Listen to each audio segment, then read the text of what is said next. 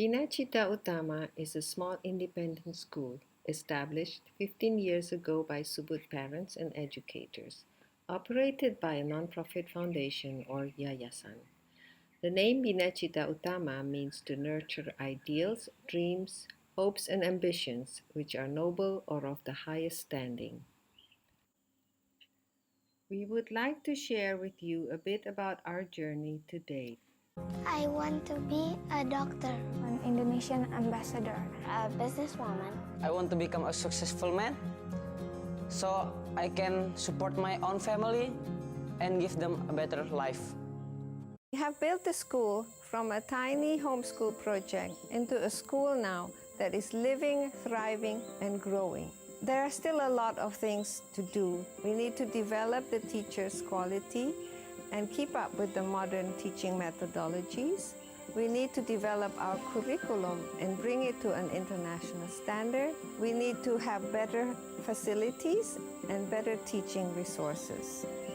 Nurturing whole human beings. It's not just about the intellect, and it's not just about achievement. It's about nurturing these children so that they can live a successful life. And I think the children will have more chance of being happy if we nurture those human values like compassion and tolerance and understanding. Bina Cita Utama is a National Plus school. National Plus means that basically the language of instruction is English.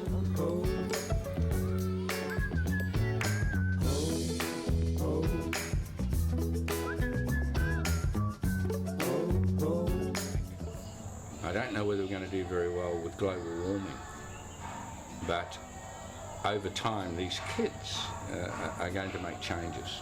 The teachers here find my potential and help me to improve that. Now I can play guitars, I can do math, I can speak English easily. And so that because of the Indonesian teachers started seeing success by using these methods, it has been the way of applying it to help the whole entire area with teacher training, and from that developed the teacher training program that we now have at Bina Cita Utama. With the volunteers program, we see the contributions that they give to the students, being exposed to different cultures, different people, different languages, from the volunteers that come from Australia, America, and Europe. I've had such a wonderful time, and I've grown so much as a person, and I think that's what this place does to you. We also have children from lower economic backgrounds who are on scholarship, and these children come from the villages in this area, some come from other places. The school kitchen garden was developed in partnership with Yayasan Permakultur Kalimantan. It provides a space for students to learn and also host community workshops at weekends.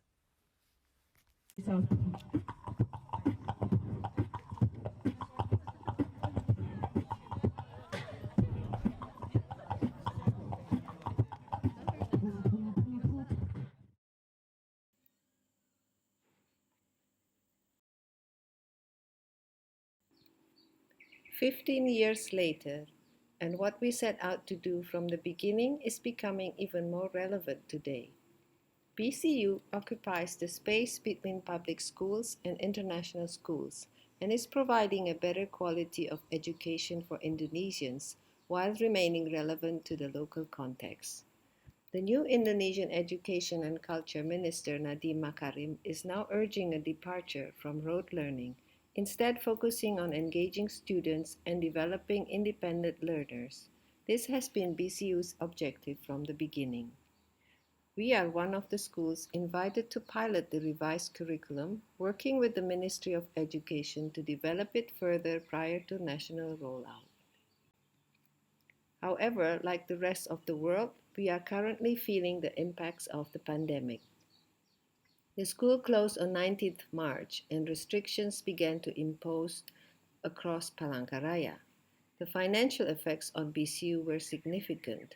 Our income was reduced, yet our operational expenses didn't change much with the school buildings closed. As an independent school, there is also no government support available to us.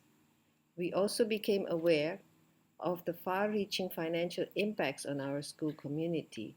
Low-income families found their earnings reduced even further, and some middle-income families were particularly hard hit as many of them worked in industries most affected by COVID restrictions. So we faced losing students as parents were confronted with difficult choices. By the end of May, parents began notifying us that they were withdrawing their children, and we also received requests for extra support. We wanted to find ways to ensure that children's education wouldn't be disrupted during these challenging times. So we launched our fundraising campaign. Our scholarship program for children from low-income families has always been 50% funded by tuition fee income and the rest through donations. We knew it was imperative to maintain the program during these difficult times. So the first aim of our appeal was to raise the shortfall in donations for the existing program. We have been unsustainably supporting the scholarship fund in previous years, which has been using our reserves. This impacted our ability to provide any more support to those on partial scholarships and subsidies, but who were now facing further struggles. So this was the next aim of our fundraising. The third aim of our fundraising was to provide COVID relief support. Some middle-income families were experiencing exceptional hardships. Some lost their jobs, others' businesses were struggling. For some, this meant their incomes reduced to almost zero. We based our fundraising target on the previous year's scholarship cost and the cost of this providing extra support. We knew we wouldn't necessarily be able to raise the full amount we had targeted, and we are also in a very dynamic situation with student numbers changing as well individual circumstances. However, everything raised would make a difference. To date, we have raised 26,000 US dollars through the generosity of individuals and with the support of Susila Dharma and Dharma Care. We have developed a flexible disbursement model to make best use of funds available and based on assessment of individual circumstances. This has allowed us to support 43 students. Those on the scholarship program have been awarded support for the full academic year. At the moment, COVID relief is only offered for 6 months. The current annual cost of providing this support is estimated at $50,000. 75% of this supports students on the scholarship program, and 25% is being disbursed as COVID relief.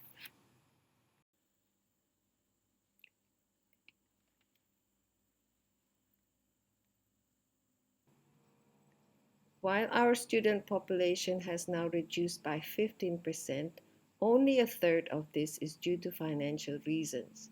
Without the scholarship program and COVID relief support, we believe this would have been much higher. Going forward, we plan to strengthen our position, especially to enable us to respond better to situations that are beyond our control, such as COVID-19. Some of the key areas we are focusing on to build our resilience and ensure our long-term sustainability include increasing enrollments, particularly for preschool and high school. We will build on our key differentiators, including our low student-to-teacher ratios and the safe learning environment we provide in a natural setting. We will continue to develop our extracurricular activities and create new courses that will attract students and broaden their experiences.